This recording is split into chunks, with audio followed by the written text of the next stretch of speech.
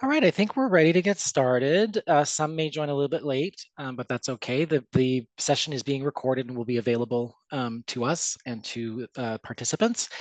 Welcome everyone to Leger's Brand Momentum webinar. We're very excited to be with you today to present our latest and greatest specialized study.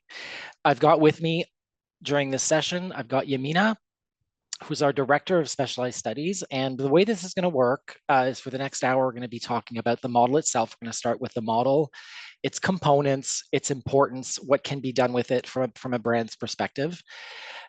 This is a very collaborative, Leger, as usual, collaborative effort between the Montreal office, the Toronto office, our New York office, as well as our LIA team, Leger Analytics, to come up, who all pitched in to come up with this very powerful model. There will be a Q&A at the end, so we'll try to get to all the questions. And also note that the presentation will be sent out to everyone here today at later this afternoon. So in a nutshell, the Brand Momentum study, I can say, has been a few years in the making. Basically started in 2020, where we used the model to develop the model by measuring about 200 brands. In addition to that, we did a whole review of academic studies that specialize in consumer behavior to, again, validate that our assumptions were correct in terms of how the model was built. I'll now pass it over to Yamina, who will tell us in more detail what the model is all about. After Yamina, I will come back and dive into some data that will showcase how this study can be used. Yamina, over to you. Thank you so much, Luke. Happy to be here today. Hello, everybody. So what I'm going to do, as Luke mentioned, is we're going to talk about the model itself, give you a little bit of background of how it works, how you can actually benefit for you, what are all the different components, and then before we move on to the lovely case study that Luke's going to present.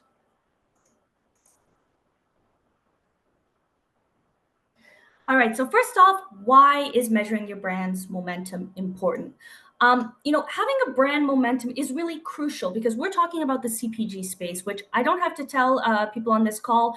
It's a fast-moving sector. There's a lot going on. There's a lot of competition. And so it's really, the brand momentum is there to help you understand your market position, the growth potential, financial performance, competitive advantage, all of that. So there's a multitude of reasons why the brand momentum study can benefit your brand, but we've sort of highlighted the top 6 that we see are the most important. So it allows you to make strategic decisions. So the momentum index really helps guide resource allocation and marketing strategies to help you drive growth. So using the data to make actually thoughtful decisions for your brand in the short and in the long term. Understand consumer insights and expectations. So this study will allow you, this model will allow you to better understand consumer preferences. Again, to be able to actually implement these targeted strategies to sort of strengthen the loyalty of your current customers and then attract new customers. Anticipating market dynamics. So understanding how the market works allows brands to, stay ahead of the competition. And what's really important, and we're going to get to this, is that this momentum study is not just about the present. It's not going to be frozen in time, but it's also going to be looking forward. Where is your brand going? And that leads to performance and measurement tracking. So the index allows you to measure and track the impact of your campaign. So again, you're not just stagnant, you're not frozen in time in a vacuum. It's where is your brand going? Where has it been? And that'll help you to analyze and understand what marketing is working, where to be improved, optimize strategies for better results. It also helps you identify opportunities for innovation. And finally, the growth potential. So like I said, it's not just about being in the now, it's where is your brand going? And this brand momentum study, this model will help you create that roadmap for long-term success. So what exactly is in this study? So it is a customized and validated approach. As Luke mentioned, this is something that's been a few years in the making, and it's a collaborative project that we've done with our Leger Analytics team based on studies from over 200 brands, as well as scientific and academic research done in the CPG sector on consumer behavior. So it has proven results. It's customized. What does that mean? This study is going to be tailored to your specific brand. This model is on your brand and your sector and the different brands or the different competitors in your sector. That's something that I think is a real strength of this study. As I mentioned, it's focused on consumer goods. So these are goods that are with medium to high purchase frequencies, and particularly those products or brands that require multiple measurements per year. And linked to that, the idea that there's continuous measurement. So again, you can kind of track, you can be really reactive and proactive because you're tracking constantly, consistently what's going on. And then finally, interactive reports. And this is something that I think is really valuable to clients, is the idea that you'll also be receiving a dashboard that will have the model, and you'll be able to actually filter and explore and compare results. So for example, let's say you're in the skincare category. You can actually filter the results based on those who have acne-prone skin, for example. Or perhaps you want to understand the new Canadians and what their point of view, their experiences. You will be able to also filter that way. So be able to filter various ways in real time on different socio-demographic dimensions as well as consumer behavior dimensions. And then what's actually included overall in this study, even more, it's actually a comprehensive range of parameters that will help you evaluate your brand and then from there take action, so improve performance. So the main elements of the study are the brand awareness and familiarity. So how well is the brand known and recognized by your customers? The purchase frequency and the incidence rate. The brand vitality. So the brand vitality, and then we're going to get into more details on what this is, but it's the looking in the future, the purchase intent of your brand. Then we've got the brand strength. Again, we're going to go into more detail because it's an important dimension of the model, but it analyzes 9 factors, including things like value for money, innovation, to identify your brand strength. The momentum drivers analysis is a key drivers analysis of those particular elements that are driving your momentum. The momentum analysis by subgroup. So like I mentioned previously, it's the idea that you can identify buyers, non-buyers, socio-demographic profiles, the feedback. So this through verbatim analysis, we can analyze how people are responding to your brand. And then on those verbatims, we can analyze the brand sentiment. So in other words, are these verbatims presenting a positive, neutral, or negative analysis of your brand? And then finally, I'll say it again, it's customizable. So it can be adapted to your specific brand. You can compare with variety of competitors within the sector, within other sectors. And then we can also integrate this study into a larger customized ad hoc studies that you might already be doing or looking to do with Leger as well. So as we've said, the brand momentum is a big, it has been a big project and includes a lot of different pieces put together, and it's quite complex. But for the purposes of this webinar, we're going to try to keep it simple and identify the model's 2 dimensions. The brand strength, in other words, does it have what it takes to grow as a brand? Is it healthy? Where does it stand out in the market? And then the vitality. Is this brand currently growing? Where's the potential? This one is really future oriented for the brand. So first, the brand strength. So we have 9 components that we have identified as the key components to analyze, to establish the brand strength, again, based on studies that we have done in the past in creating this model. And these 9 components, then we ask, is your brand performing better, the same, or worse than other brands in the categories, in its category of the 9 components? And this is, again, keep in mind, your brand does not exist in a vacuum. The goal here is to understand, where these components are for yourself as a brand, as well as in relation to the competitors. So the 9 components are visibility. So to what extent the brand is recognized and noticed. The visual appeal. So is it attractive? What's the packaging? Is it appealing to customers? Differentiation, where does the brand stand out? in the very loud, busy CPG market. Got the value for money, got quality, attachment, so the emotional connection customers might feel towards your brand, or the brand loyalty. Responsibility, this has to do more with social and ethical practices, social responsibility. And finally, responsiveness to needs. So in other words, is this brand doing what it says it's going to do? Is it meeting our expectations? So that's what brand strength is. Then we've got the brand vitality. So this one is all about anticipating the future, okay? So we've got two elements to the brand vitality: short-term and future purchases. So short-term purchases is it measures or assesses whether consumers are going to buy the same, more, or less in the next 3 months. So what's great about this is it actually allows you to get immediate insight on where your brand is going, and you can react accordingly. But then we also package that with the future purchase. So this is after those 3 months, where are the opportunities? What are the purchase intents for your brand in the long term? And what's really nice about analyzing both is that with the short term, of course, you can analyze what's going on, right now, and who are your current customers.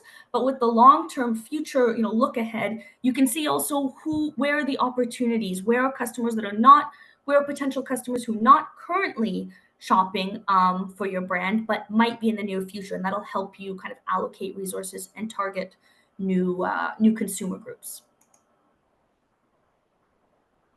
Then we have the index. So the index is kind of like it looks here. It's a calculation. It's a score of positive or negative that makes the brand momentum index. So it's the brand strength score. So this is the analysis of the 9 components. And what's really important with this, again, coming back to that idea of customization, the brand strength score is going to be the way that we weight the different components are going to be different depending on the category. So for example, perhaps in your category, innovation is more important than responsibility. So that is all taken into account when we're deciding, when we're creating this actual index for your brand. Then you've got the brand vitality. Again, the short-term and long-term purchase intent that brings together to create the brand momentum index, and whether or not your brand is positive, so there's growth, or it's negative, and then we're seeing some decline.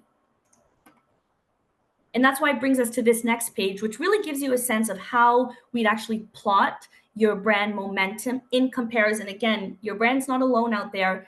It's got competition. Where do your competitors stand? So I'll go through how this mapping would work. So let's assume that your brand is brand A, the one that's doing super well. So there's strong growth potential.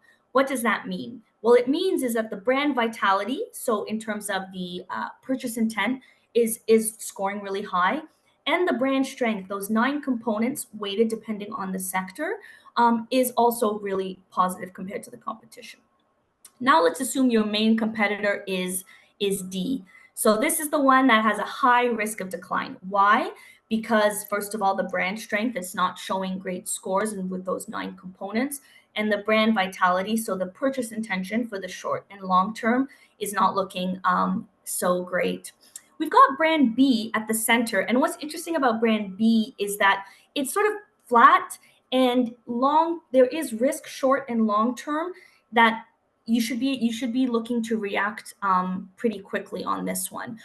You've got brand E. This one's kind of a transient brand that is kind of growing. You're seeing it's growing in terms of future purchases, but it maybe is not differentiating itself. The brand strength is not quite there. So the opportunity here would be maybe to improve the communications and to find ways to put forward the brand strength that might not be as well known. And then finally, you've also got brand C.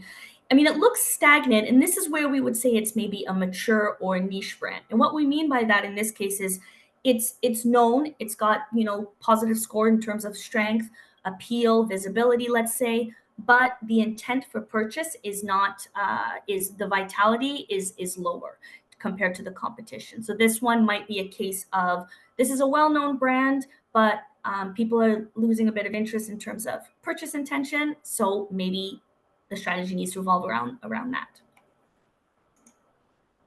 And then another way that we analyze this, so you've got the map plotting the different brands. You've also got how we can categorize the brand. So you've got the high index brand. So let's say like brand A, like your brand that shows strong growth potential. And then you've got the brand D from the previous page, weak index. So the way that we then analyze this and put you into the different brand categories is by taking your index and then the reach. So if you've got a positive reach, you're considered an expanding brand. So partner that with the high, strong growth potential. If you've got a high, strong growth potential, but your reach is limited, sort of like those emerging or niche brands we were talking about, then that's why we call them an emerging or niche brand. So there is opportunity; it just needs to increase the reach. Then you've got the weak index. So that's the example of the brand that might be well known, might be like a mature brand. However, the reach is positive, but it's showing weak signs of growth. And finally, you've got that famous brand D, the brand that's at risk. And that's because it not only has a weak index, but has a weak reach and visibility. And that's the one that's going to be in trouble. And then another way that another element rather of the brand model is then focusing on the buyer, so the conversion potential. And the reason this is great is because you can see, okay, who are currently buying, who maybe there's an opportunity, who maybe you should leave to the side for a little bit. So we put them in 4 different categories. You've got the engaged buyers. So these are purchasers with a high momentum score, and they're already you've already got them on board. So what do you need to do? Well, the strategy might be to build loyalty, to increase the loyalty. Then you've got the at-risk purchasers. So these might be your current customers, but they've got a low momentum score. So the strategy here might be, how do we innovate what we're offering? How do we refocus our product offerings or our communications?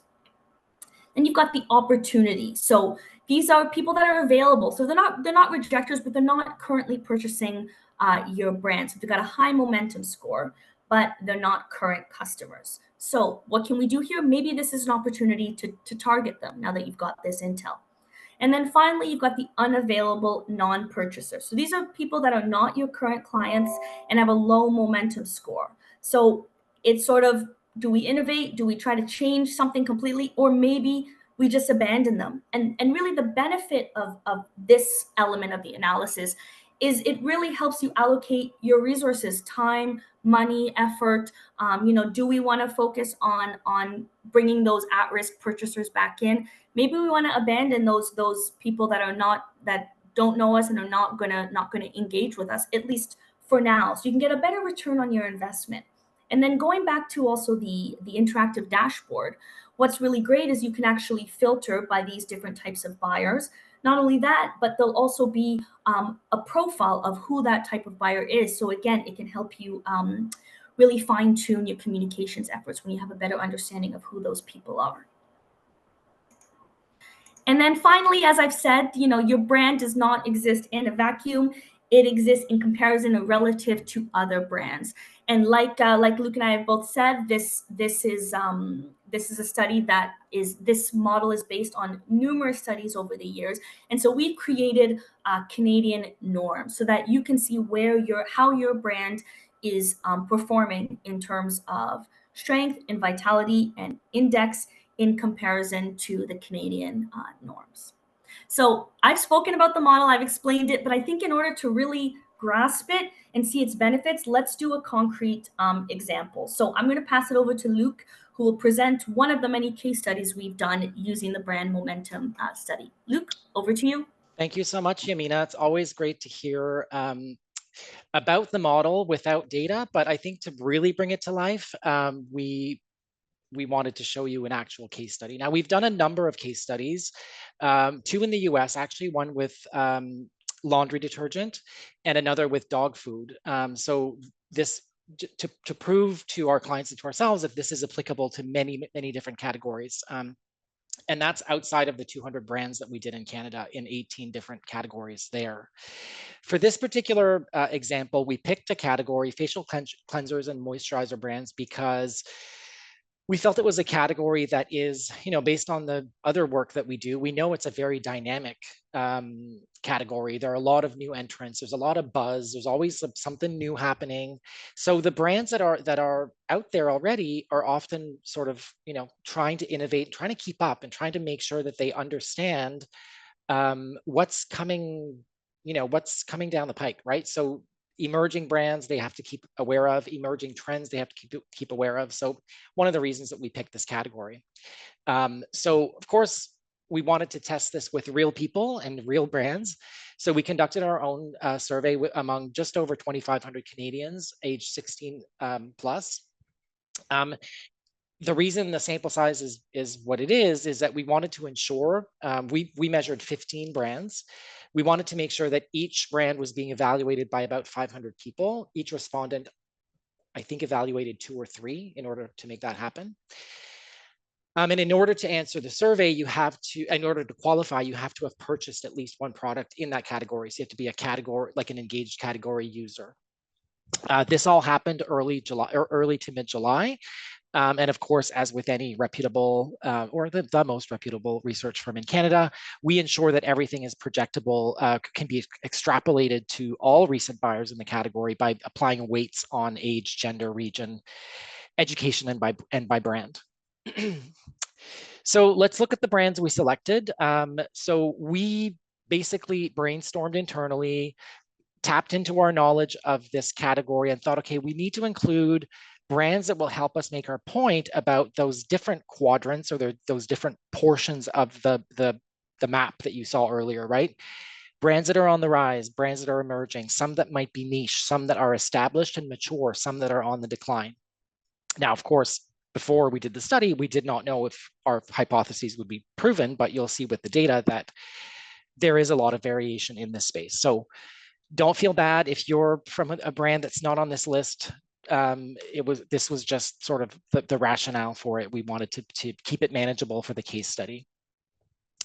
As Yamina mentioned, one of the most important factors, because this is used to weight your performance as a brand on each of these elements. So we look at the category as a whole and do a key driver analysis. So what is this? This is, which of these factors best predicts future purchase intent? So that's kind of how we look at it.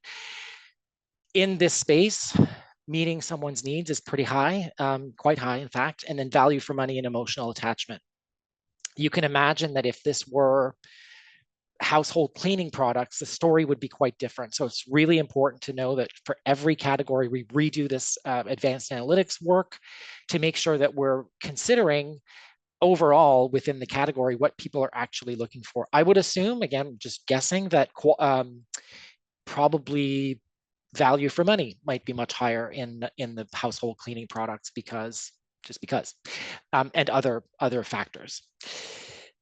So let's dive into the actual strength, vitality, and therefore momentum scores of all of the brands that we looked at. So one of the first things we looked at as a team in order to figure out or to select the 2 brands that we wanted to talk about today was looking at these 3 different scores in isolation. And the way we plot them, it's important to note that you need to consider as a brand manager, not just your ranking, but your relative distance from other brands. So, it's really important to, that The Ordinary is number 1 on strength is less important than the distance between The Ordinary and your next competitor. And the same for SpectroGel. So we looked at these 3 components. And we thought, okay, well, let's dive into The Ordinary and SpectroGel. Or Spectro, I think they're called now.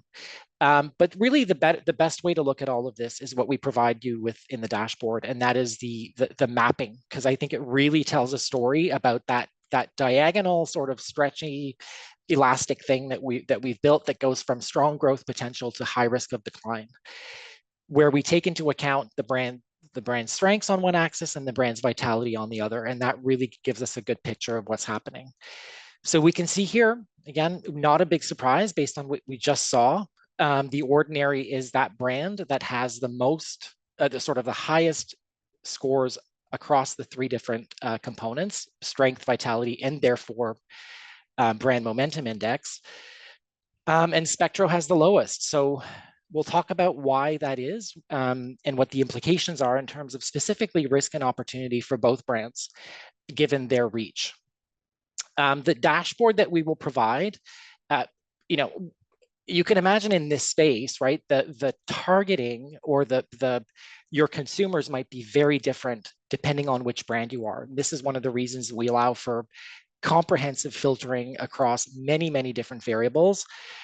In the standard questionnaire, we have all the socio-demographic things. So you could say, I want to look at, men under 35 who live in urban areas, yada, yada, yada. We can also add custom questions. Yamina pointed out that the study was highly customizable. So in this space, we probably would want to add something about skin conditions or skin concerns that might help us filter on those things. And when as a brand manager, you start exploring, you'll start seeing some really interesting differences. So one of the things we did is we looked at, let's look at this category across the board. Should a brand be making huge decisions based on this? Possibly, if it's a brand that applies to everybody. But it's very likely that you'll have a very targeted approach to especially in this space, to who you want to go after.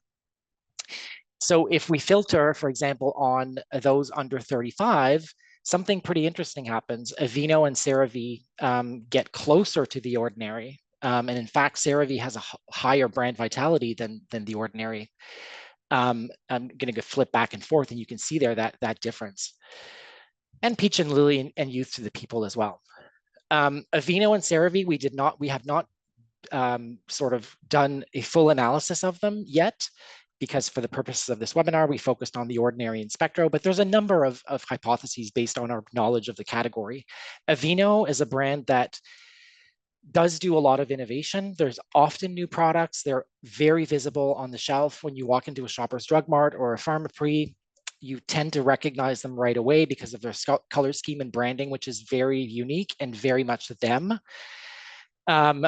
So that, and is likely a brand that resonates clearly most with those under 35. CeraVe, something different. Our hypothesis is that CeraVe has spent in the last 6 to 12 months quite a lot of marketing money to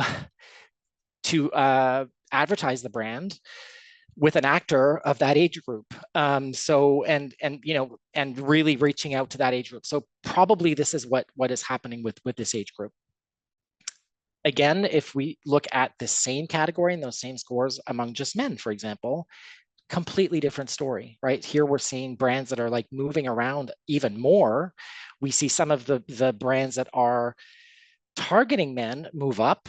Good, that's good. And we see some of the brands that are very again, sort of very young and new and hip, again, move closer to that group, which means that for this group, they tend to listen to influencers and whatnot as they evaluate their brands. But before we dive into the specifics of each of these two brands, it's really important to, as Yamina pointed out, it's really important to consider when looking at all of these things, to go beyond just the momentum, vitality, or strength scores and look at your current reach, because that really will dictate how we interpret some of the groupings that we've created for our later analysis. So, a good example is The Ordinary, right? So they've got the highest scores in terms of the momentum. That means they've got lots of strength. They're performing really well on all of the 9 key strength components.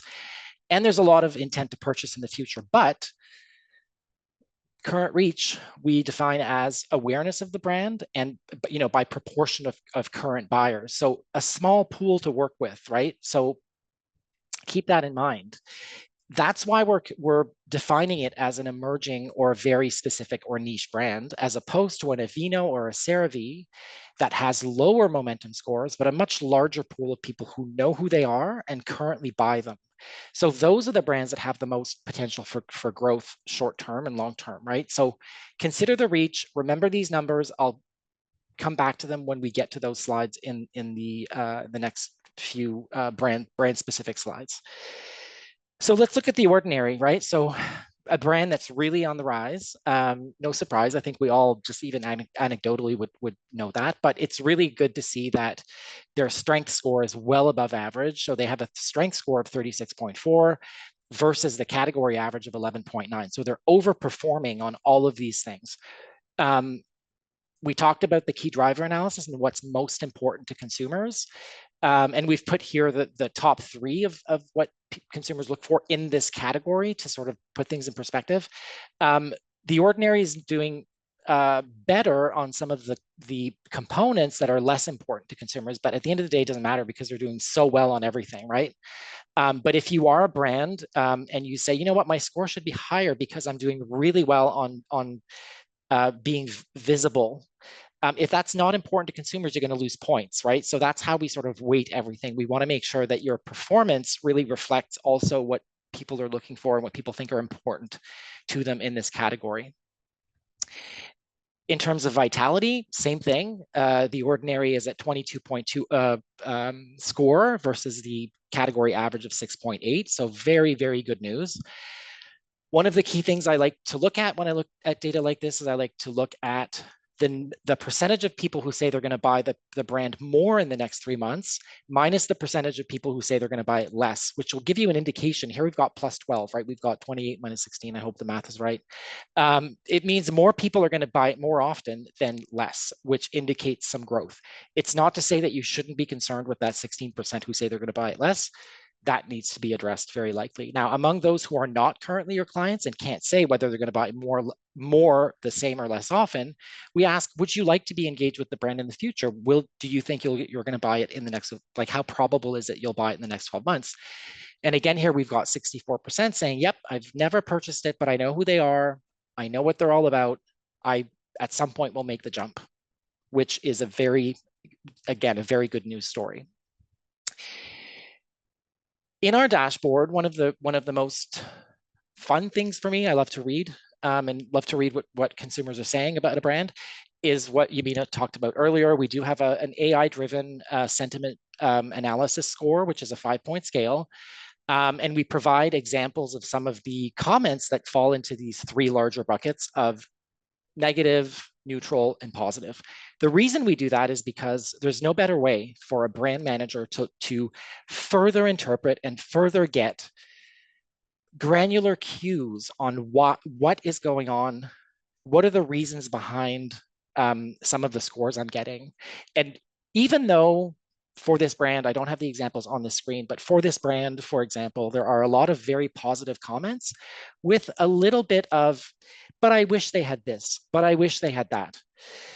That would indicate possible new product lines, depending on the scale of how many people have said that, but still, it gives you some of those clues as to how to address some of the issues that we're seeing in the data.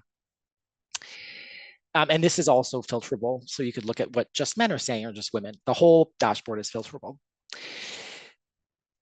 This, to me, is the most exciting slide. It's the one that talks the most about what has to be done and what level of effort needs to be given to each of these things. So again, as Yamina pointed out, we've got these are among category buyers familiar with your brand. And we break them out into 4 parts. The first 2 parts are all people who are currently purchasers of the Ordinary. So current purchasers of the Ordinary who also give you a high score, we've got 12%. There, it's retention, it's further building loyalty, it's just cementing that relationship with them. At-risk purchasers, I wouldn't even worry about them in this case because it's so low. These are people who are currently your consumers, but gave you a low momentum score. I mean, it might be something to address, but given the proportion, not that big. And also keep in mind your reach, right? So the reach was quite low. So this is like not very many people. The opportunity here is available non-purchasers. Again, if we think about those future purchase intent numbers that we saw, and we think about that, and then we think about, okay, among those who are engaged in this category, who know who I am, I've got 50% of those people saying that I've never purchased your brand, but I love it. I know I love the or I perceive it to be high quality. I think it's got great visibility. I think it's got great branding. So that's the group that I would definitely focus on. What you would want to do over time, if you track this over time, because you can use a study to do once a year or twice a year, is you'd want to see that 50% move into the 12% bucket, right? And that's sort of an exciting group to address. Um, Again, in this case, for the non-purchasers who don't think very highly of you, then there's a decision to be made. Do we create a new product line that addresses those people? Do we just forget about them? I'll repeat what Yamina said earlier, is that in the dashboard, beneath each of these buckets, we will have sort of a, who are these people? Are they more likely to be men, 55 and over? Are they more likely to be, we've got some various ways of describing them, but that will help you make that decision. Is that target, is that portion of Canadians or Americans even of interest to you and your brand? Does it clash with your brand territory? Does it not? Right. So you'll have tools to help you make those informed decisions. So I'm just going to be mindful of time. I want to leave some time for questions. Let's look at Spectro. We're going to go a little bit more quickly because it's a different story, obviously, because they're at the bottom of the list, but it's the same kind of information. So here, they've got a negative strength score, so they're not performing very well. And if you see here, what's interesting is that they're not performing very well on the top, the most important factor in this category, which is answering your needs, but performing rather well on value for money. So that probably helps, but it doesn't help that for most of the other categories, it's pretty low. So they're at minus 10.2 versus the 11.9 category average. And if we look at their brand vitality, again, there's a bit of a problem here, specifically with the next 3-month purchase intent. That means you've got people currently buying you've got more people currently buying your brand saying, I'm going to tone it down a little with Spectro, because we've got a score of minus 6. So you've got more people saying, I'm going to buy it less often in the next 3 months than those who say they're going to buy it more often. So something to be aware of. The vitality score here is negative 13 versus a category average of 6.8. So all things to think about. Again, same rationale for including this for every brand that we measure, and that is to understand, why are people going to be buying me less? Is it because, and this is based on my very quick reading of the hundreds of comments we had yesterday, in this case, this brand is seen as something that I used to use because it used to solve a problem, or it had, my dermatologist had talked to me about it, but it's not an exciting brand. It's not, it hasn't changed in 20 years. There's elements of that you as a brand would probably want to hear and probably figure out whether you want to address them and how to address them. Again, same thing here. So Spectrogel, I believe, had a pretty low, you know what? Sorry for doing this. I do have to go back. Spectro had a even lower reach, right, of 2%. So very few people know the brand or even currently interact with the brand. So if we think about that, when we look at that same pretty critical chart about what are the opportunities, what are the risks, the story is kind of different.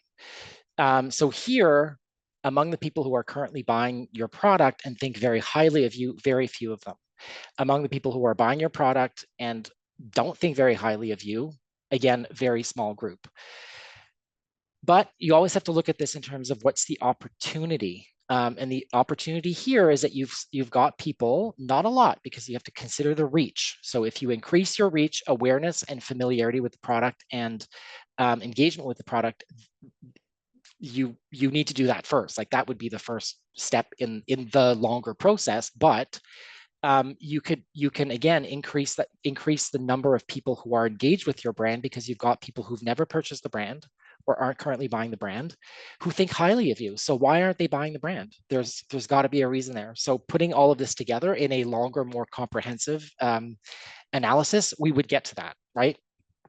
And then same story, you've got a group of people who, do we create a new product line or do we just forget about them? Now, knowing what I know of this space, I would say for Spectro, given what we hear about them, what we're seeing in the data, that might be not an abandoned situation. That might be an innovate situation where you decide to reinvent or invent a new product line that will address that particular profile of people who just don't really care, but probably a bigger opportunity there. There's more people in that bucket. So going really quickly because we want to leave lots of time for questions. Again, quick recap of the study. This can be run for one brand. It can be run for your brand plus your top 3 competitors.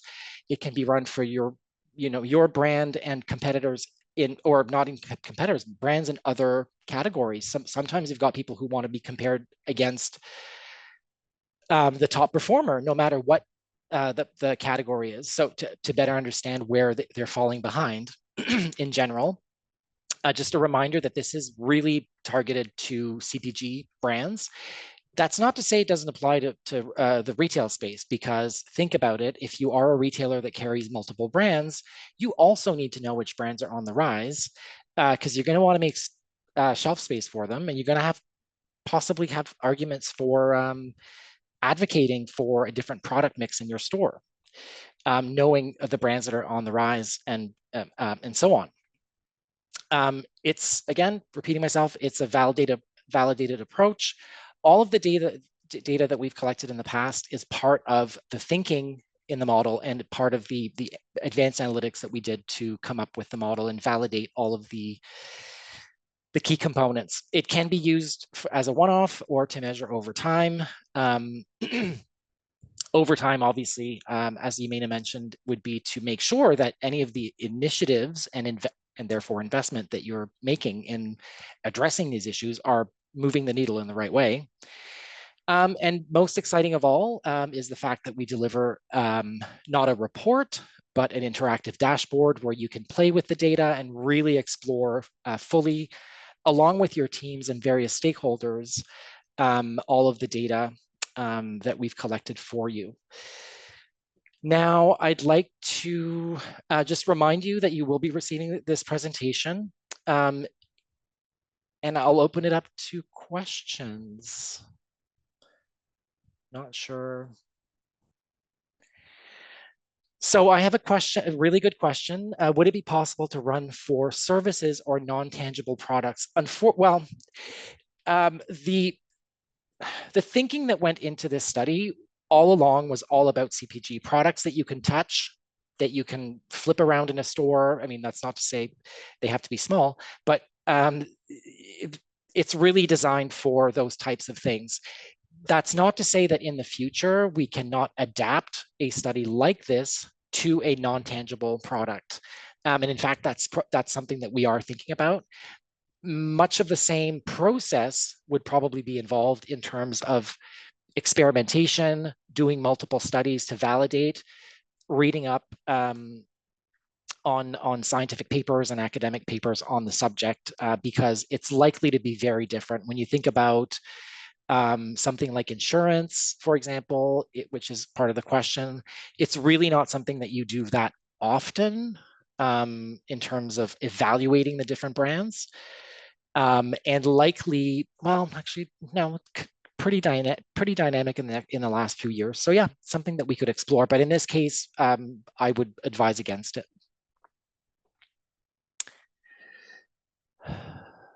How will the dashboard incorporate ongoing tracking? That's a great question. It will.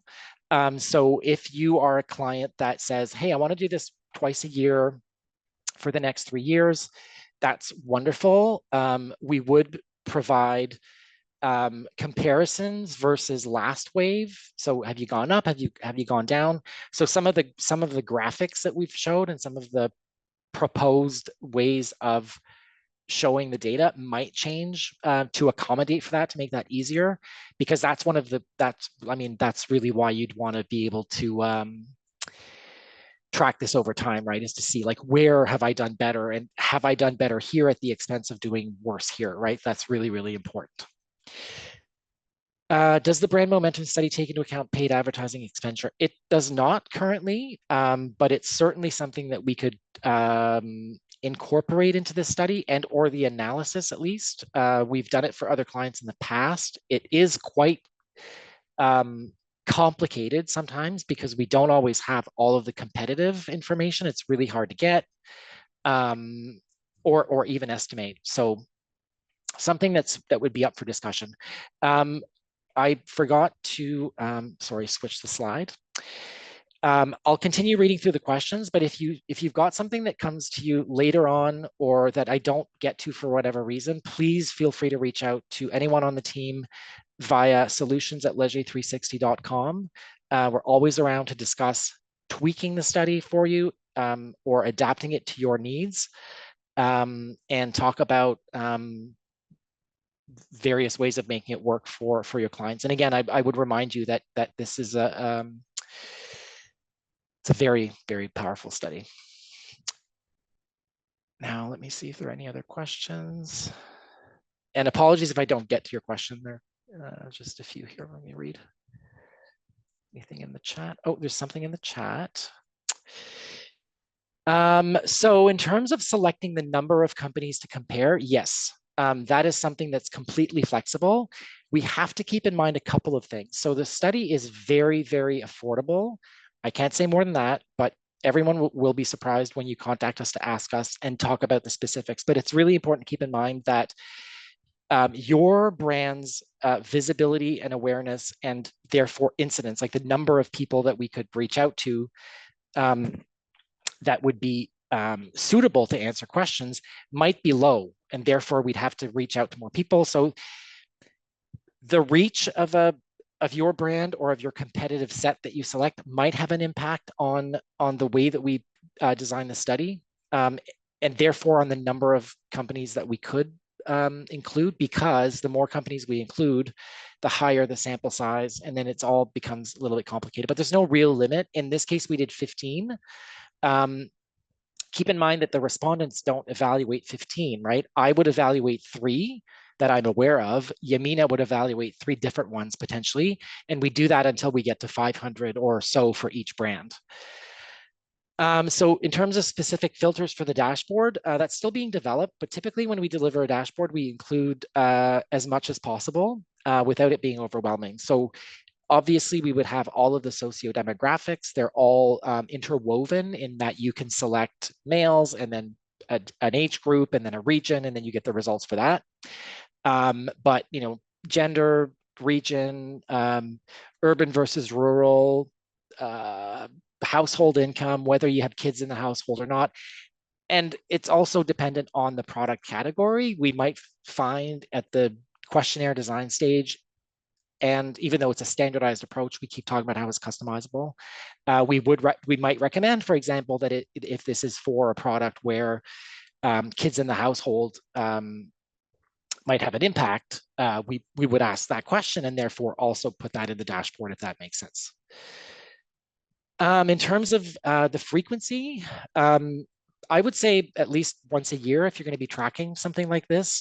This can also, don't forget, the model itself is sort of a, you know, it's a, it can be modular. So we can incorporate this model into your brand health tracking, your brand equity work. So that would be something else that we could talk about. How do we make that work?